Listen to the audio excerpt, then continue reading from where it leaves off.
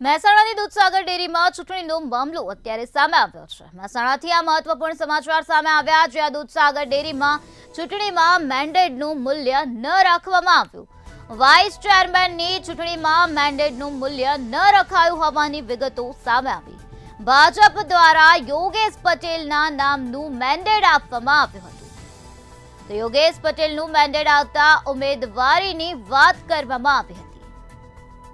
રમીલાબેન ઠાકોર દ્વારા ઉમેદવારી કરવાની વાત કરવામાં આવી હોવાની વિગતો અત્યારે પ્રકાશમાં આવે છે। તો વિવાદ ન થાય તે માટે યોગેશ પટેલે મોટું મન રાખ્યું હોવાનું સામે આવ્યું છે। ડેરીના ડિરેક્ટર કનુભાઈ ચૌધરીનું નિવેદન અત્યારે પ્રકાશમાં આવ્યું।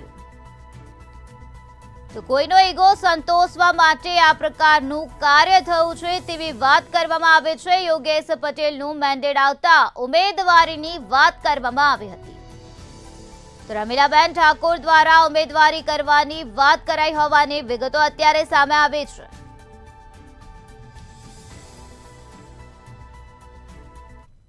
પાર્ટીની શિસ્ત અને નિયમોના આધીન શિસ્તનો ભંગ ના થાય એટલા માટે મારા પરમ મિત્ર ભાઈ શ્રી યોગેશભાઈને સમજાવટ કરી અને એમાં મધ્યસ્થી થઈ અને મેં સારો એવો રસ્તો પાર્ટીનું માન સચવાઈ રહે અને કોઈનો યુગો પણ સેટિસ્ફેક્શન થાય એવો રસ્તો પણ કાઢવાનો પ્રયત્ન કર્યો છે। તો એક બાજુ આપણે એમ કહીએ પાર્ટી માન છે, બીજી બાજુ યુગો કેવી રીતે હોય? હવે એ તો સામેવાળાના વિચારો ઉપર જતું હોય, પણ ઘીના ઠામમાં ઘી થઈ ગયું છે। તો ચેરમેન માટે મેન્ડેટની માન રાખવામાં આવતું હોય તો વાઇસ ચેરમેન માટે કેમ નહીં?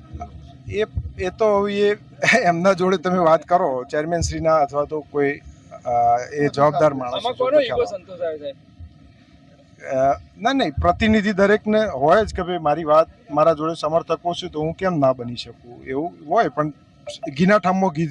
શું કહે છો સાહેબ, આજે તમે પાર્ટીના નિર્ણયને માન આપ્યું છે, શું કહે છો? બિલકુલ, પાર્ટીના આદેશથી જ આપણે કંઈ પણ કામ કરીએ છીએ। આજે ડિરેક્ટર પણ છીએ અથવા તો કંઈ પણ સેવાનું કામ કરીએ છીએ, પાર્ટી સાથે વર્ષોથી જોડાયેલા છીએ અને પાર્ટીનો આદેશ એ શિરોમાન્ય હોય છે।